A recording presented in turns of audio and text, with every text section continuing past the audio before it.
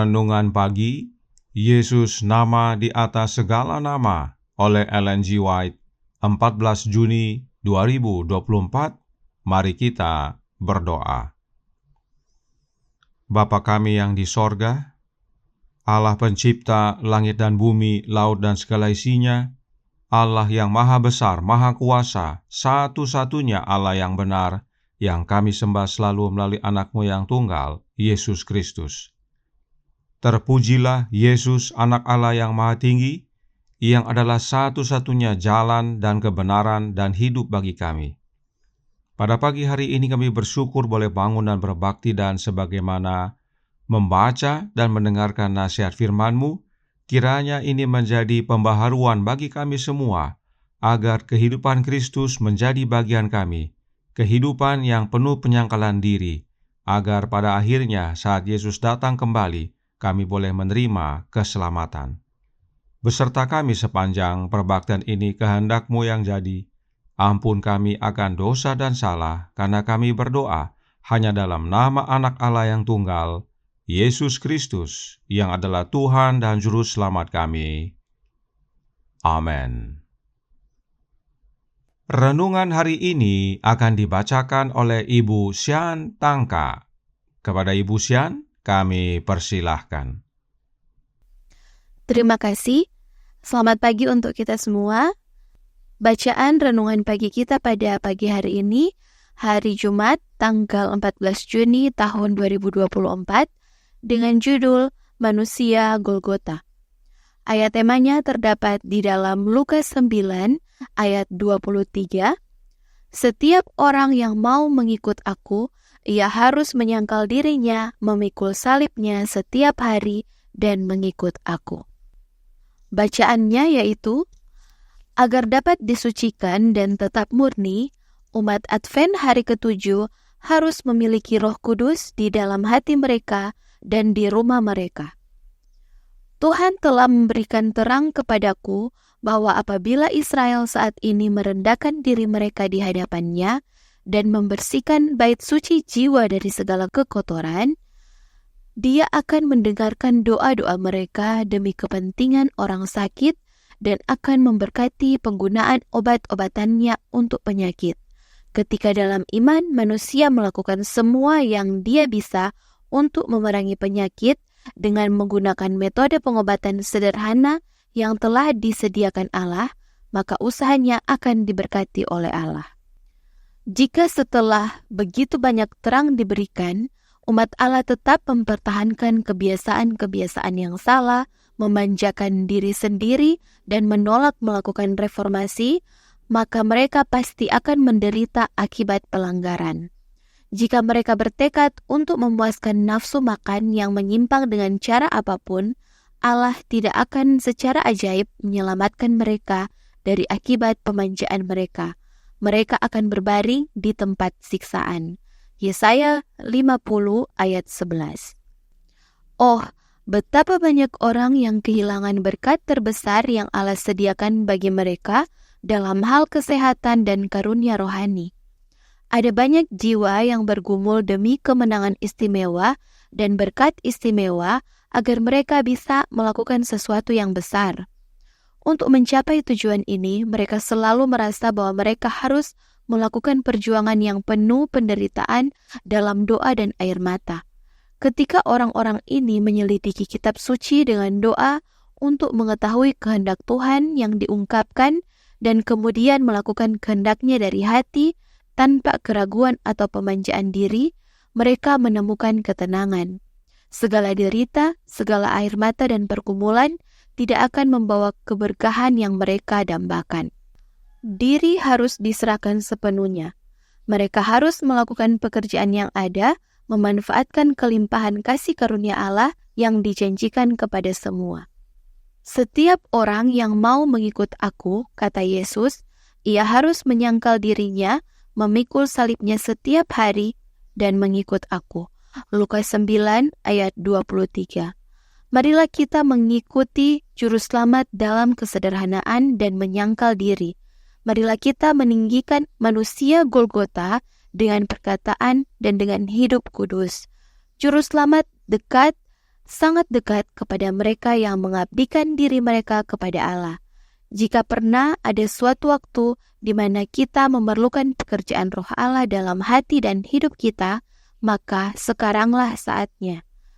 Marilah kita berpegang pada kuasa ilahi ini sebagai kekuatan untuk menjalani kehidupan yang kudus dan penyerahan diri. Dikutip dari buku Testimonies for the Church volume 9, halaman 164 sampai 166. Demikian bacaan renungan pagi kita. Tuhan Yesus memberkati kita semua. Terima kasih atas penata layanan Ibu Sian. Tuhan Yesus memberkati. Selamat pagi saudaraku dalam Tuhan. Tentang memikul salib, Roh Nubuat menjelaskan dalam Testimonies for the Church volume 4, halaman 626 paragraf 2.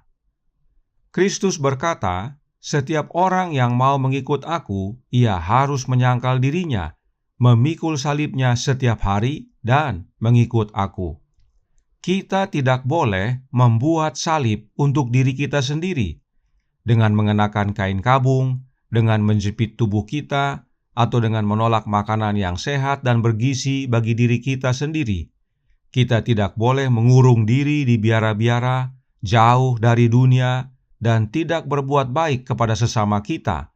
Berpikir ini adalah salib Kristus. Kita juga tidak diharuskan untuk memamerkan kesehatan dan kehidupan secara tidak perlu, atau pergi berkabung ke atas bukit kehidupan Kristen, merasa berdosa untuk bergembira, puas, bahagia, dan bersukacita. Ini semua adalah salib buatan sendiri, tetapi bukan salib Kristus. Saat dikatakan memikul salib, bukanlah salib buatan kita sendiri. Salib yang kita buat itu sama dengan pembenaran diri sendiri. Tetapi kita harus memikul salib Yesus.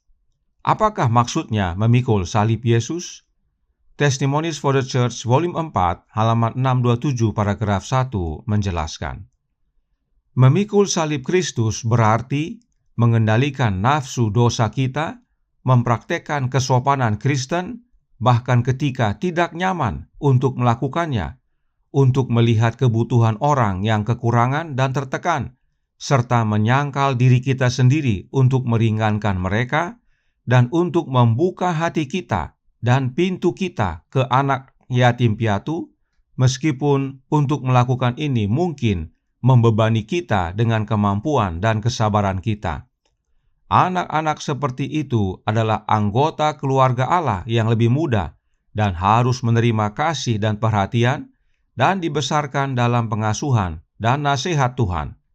Ini adalah salib yang jika diangkat dan dipikul dengan sukacita bagi Kristus akan membuktikan sebuah mahkota kemuliaan dalam kerajaan Allah. Dan untuk memikul salib Yesus, kita membutuhkan kehadiran Yesus dalam hati kita oleh kehadiran Roh-Nya. Sebab di luar Kristus kita tidak dapat berbuat apa-apa untuk keselamatan kita. Karenanya Paulus berkata, "Bukan aku lagi yang hidup, melainkan Kristus yang hidup di dalam aku." Kehidupan Yesus menggantikan kehidupan kita. Dan Yesus hidup bukan untuk mencari kesenangannya sendiri, tetapi rela menderita demi keselamatan kita. Roma 15 ayat 3. Inilah makna memikul salib Yesus. Sekarang, apa makna mengikut Yesus? Christ Triumphant halaman 122 paragraf 3 berkata, "Untuk mengikut Yesus membutuhkan pertobatan sepenuh hati di awal dan pengulangan pertobatan ini setiap hari."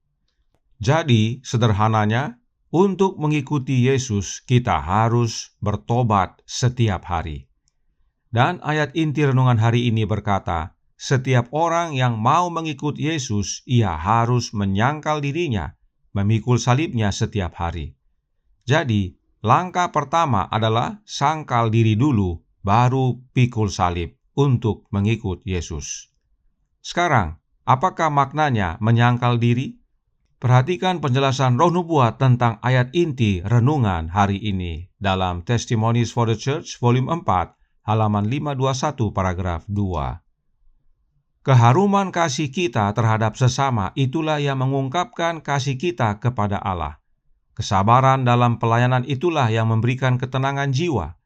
Melalui kerja keras yang rendah hati, tekun dan penuh kesetiaan, maka kesejahteraan Israel dapat ditingkatkan. Allah menjunjung dan menguatkan orang yang mau mengikuti jalan Kristus. Apakah jalan Kristus itu? Jalan penuh penyangkalan diri. Sebab Yesus berkata, "Aku telah turun dari sorga bukan untuk melakukan kehendakku, tetapi untuk melakukan kehendak Dia yang telah mengutus aku." Yohanes 6 ayat 38. Roh Nubuat juga menambahkan tentang penyangkalan diri dalam Testimonies for the Church, volume 4, halaman 472, paragraf 3. Dalam semua penyangkalan diri yang dituntut dari kita dalam pekerjaan ini, di tengah semua hal yang tidak menyenangkan yang terjadi, kita harus mempertimbangkan bahwa kita memikul kuk dengan Kristus, mengambil bagian dalam roh kebaikan, kesabaran, dan penyangkalan diri. Untuk kita dapat menghidupkan penyangkalan diri, kita harus mengambil bagian dalam roh kebaikan, roh kesabaran, dan roh penyangkalan diri, yaitu rohnya Yesus. Perhatikan dalam kutipan ini, penyangkalan diri berhubungan dengan memikul kuk dengan Yesus. Itu sebabnya Roh Nubuat menjelaskan makna dari memikul berikut ini.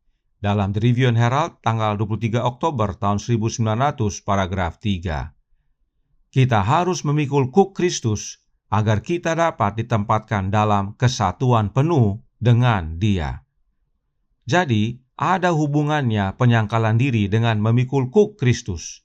Sebab saat memikul kuk Kristus atau memikul kuk dengan Kristus, bukan kehendak kita lagi yang terjadi, tetapi kehendak Yesus yang jadi. Dan itulah wujud kita bersatu penuh dengan Yesus. Bagaimana bersatu penuh dengan Yesus? Dengan meminta Yesus masuk dalam hati kita. Review and Herald, tanggal 23 Oktober tahun 1900, paragraf 14, berkata, "Kita harus selalu bertumbuh menjadi pria dan wanita yang seutuhnya di dalam Kristus Yesus, sampai kita sempurna di dalam Dia. Kristus akan datang dan tinggal dengan setiap jiwa yang akan berkata dari hati, 'Masuklah.'" Lalu, apa pentingnya kehadiran Kristus dalam hati kita dengan memikul salib? Testimonies for the Church, volume 6, halaman 247, paragraf 2, mengatakan, "Mengapa kuk Kristus enak dan bebannya ringan? Karena Dia menanggung beban itu di atas salib Kalvari." Inilah hubungannya manusia Golgota dengan menyangkal diri, pikul salib, dan ikut Yesus.